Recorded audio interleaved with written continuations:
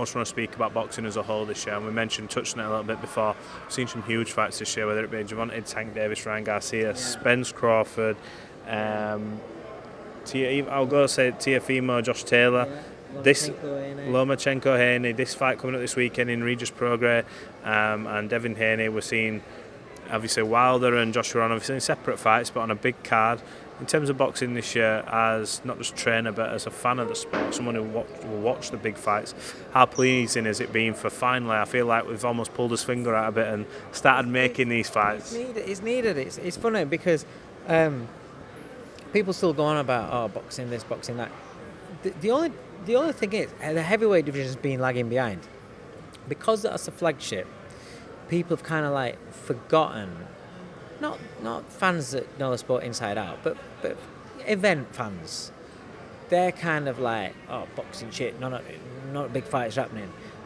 Maybe not in the heavyweight division, but in the other divisions, yeah, they have. It's been flying. And that's why what irritates me sometimes about the heavyweight division is that, yes, it's a flagship, but don't judge boxing on the heavyweight division. Because like you said, some of the fights that you've mentioned there have been absolute game changers. They've been brilliant, amazing fights, names versus names, fights that you want to see. They've all been happening and they've been delivering, and it's been a great year for the sport. It's just that people still like to moan, and people still but just focus. If we want to promote the sport, let's dwell a little bit more on the stuff that's happened that's good, and this year's been outstanding.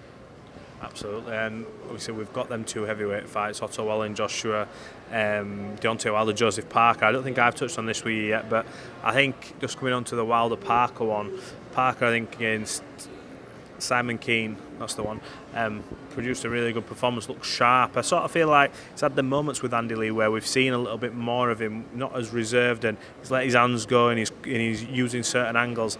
Against Wilder, who's had half a round in 18 months after the Fury defeats, is there a chance that we see an upset on this? I know Wilder's that power, but how do you see that fight going? We genuinely don't know what Wilder's got left because of the 3 fights he had with Fury. Like you said, he's had half a round, but he might get half a round with Parker as well. It's just if that right hand lands, I don't care who you are, that right hand lands, it puts you to sleep, you know. So you just don't know. With someone like him, in his previous incarnation as such, I see this as a new chapter in his career because I've been watching the work that he's been doing with Malik Scott. Very, very interested to see how that transfers into ring. I know he's had a fight, 2 fights with Malik, but the longer you're with the coach, the more you start to see that identity. And it looks really good on the pads. It looks really good in training. It looks like he's got mobility. It looks like his lead hand's so much better. He's not just a one-shot man. So I'm interested to see how that actually goes into an actual fight with a good fighter, and Joseph Parker's a good fighter. I think Parker's very much a confidence fighter. I think also during the fight, because I felt as though it was Andy Lee that kept him in the fight with Derek. There were moments in that fight where it looked like Derek was gonna, turn First around. one. Yeah, no, the second one. In the second one. Yeah, there's moments in that fight when you're up close and you see Parker's mannerisms where it looks like, Derek can still turn this around. But then Andy Lee, he's got this grip on his mentality, and then because he's so much more improved now, technically, but I just feel as though the big thing with Parker is his mentality. How's that mentality going to hold up when he's in with Deontay Wilder, who is still, as far as heavyweight division, is right up there as most intimidating. Might not be the best all round. In terms of lights out puncher. You cannot switch off for 1 second. The other side of that, Joshua Otto Wallin, an interesting one. Otto's been sort of banging on the door for that, and it's one of them with Anthony Joshua. I suppose we don't. Sometimes we go into it now not really knowing. I think, whereas when you look at the first however many fights, 10, 15, we think he'll box his way into it, then it'll be bang, bang, bang, and he'll start letting the hands go. Whereas now we see a little bit reserved, a little bit cautious, but then when it does land against Hellenius at some point, it goes off. But we're always like, what we're going to see. So potential banana skin if he's not switched on, and Otto Wallin's there. But an interesting fight, to say the least. It's an interesting fight, and the thing is, though, you've got to. Anthony Joshua's a former 2-time heavyweight champion of the world. Look at the resume. Look at who he's fought. Look at who he's beat. He's beaten a lot of fighters who are a lot better than Otto Wallin. The only reason why we're questioning this is because we don't know what's going on in AJ's mental makeup. Some people, he's changed trainers again. He's changed. Maybe change trainers because he didn't feel comfortable with it. I feel as though fighters have got to be comfortable with the coaches. I'm not an advocate for changing trainers all the time, but if the trainer can't get out the best out of the fighter, it's not the perfect fit. And if AJ doesn't feel this is where it was short notice and all that sort of stuff, and we'll go back after it. Really, I think he's with Ben Davison now, and that's that. And so the longer that relationship evolves, the better it'll be for him, because he'll be more comfortable. And I think AJ is a fighter that kind of like needs to be comfortable.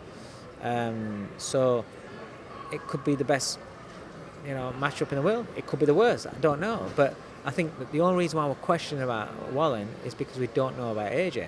But if he goes out there with his mindset on, remembering who he is, who he's beaten, who he shared that ring with, and how he's beaten him, it beats Wallin. Final one from me. Ryan Garcia.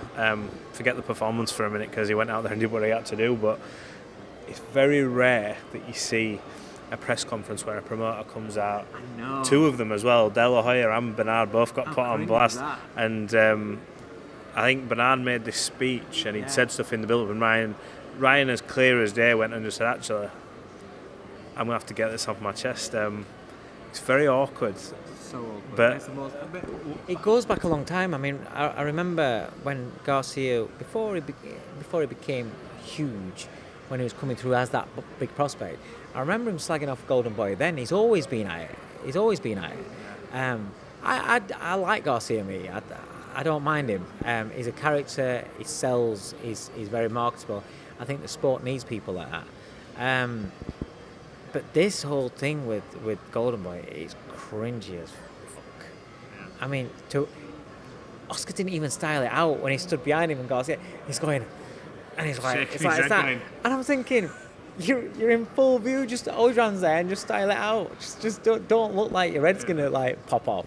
But it was crazy, it really was. Instead, what blew my mind even more is, and look, I'm not professed to be any mental health expert, but Ryan Garcia seemed to know exactly what he was saying, quite clearly knew what he was directing at when he said, look, Bernard, you can say this and this because I've said this. And a few hours later, Oscar's on Twitter going, talking that he might not be in the right set, man. I just thought, how is this even happening? Yeah, but if so when I read that, I thought, so all right, you're coming out with that. You're his promoter who's going to put him into that fight. If you're thinking that if you're worried about his mental health and his state of mind, why are you allowing that fight to go? I bet you're not that worried where you're going to pull the fight.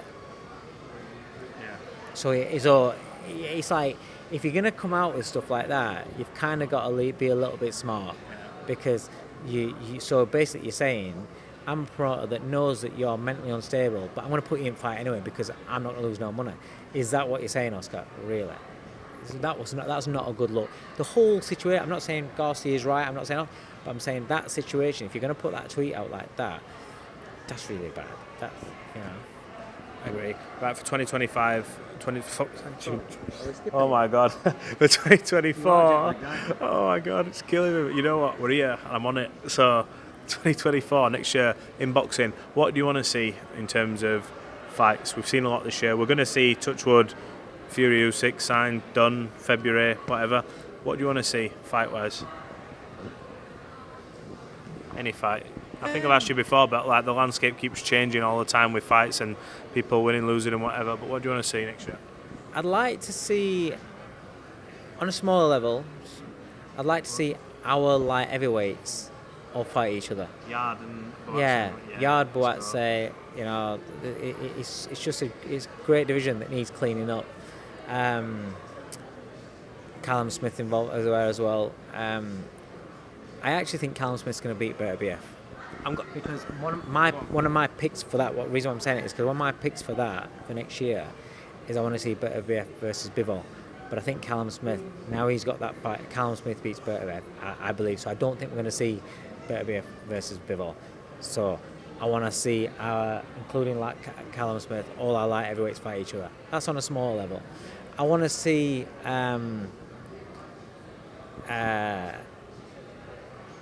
what do I want to say? Gervonta Davis back. I'm Davis is a fighter I'm excited by, because he's got that intimidation, that knockout factor that like a Mike Tyson had, not quite, but a smaller version of Mike Tyson. So I want to see what division he's going to be in and settle in. He's going to take on everybody at lightweight. What's he going to do?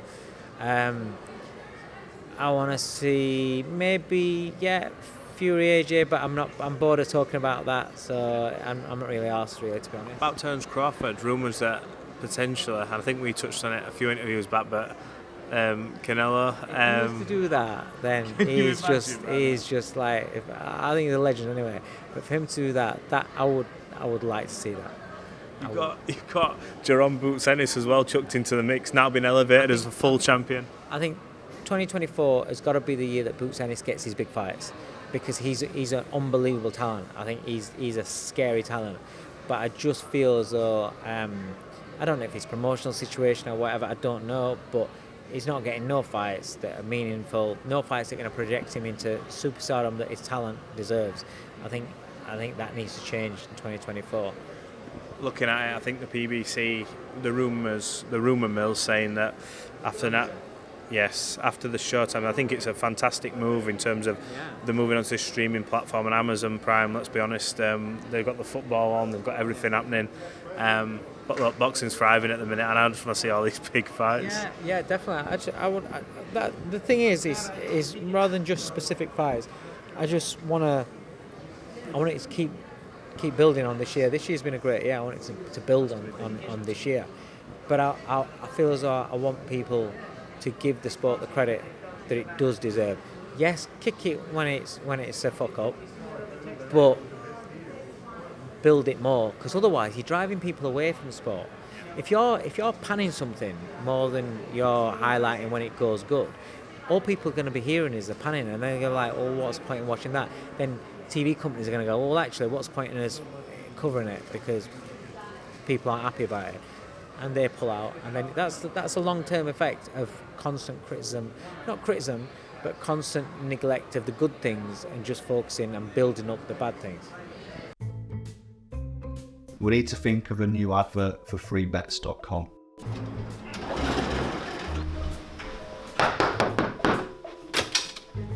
Get your best betting offers from freebets.com.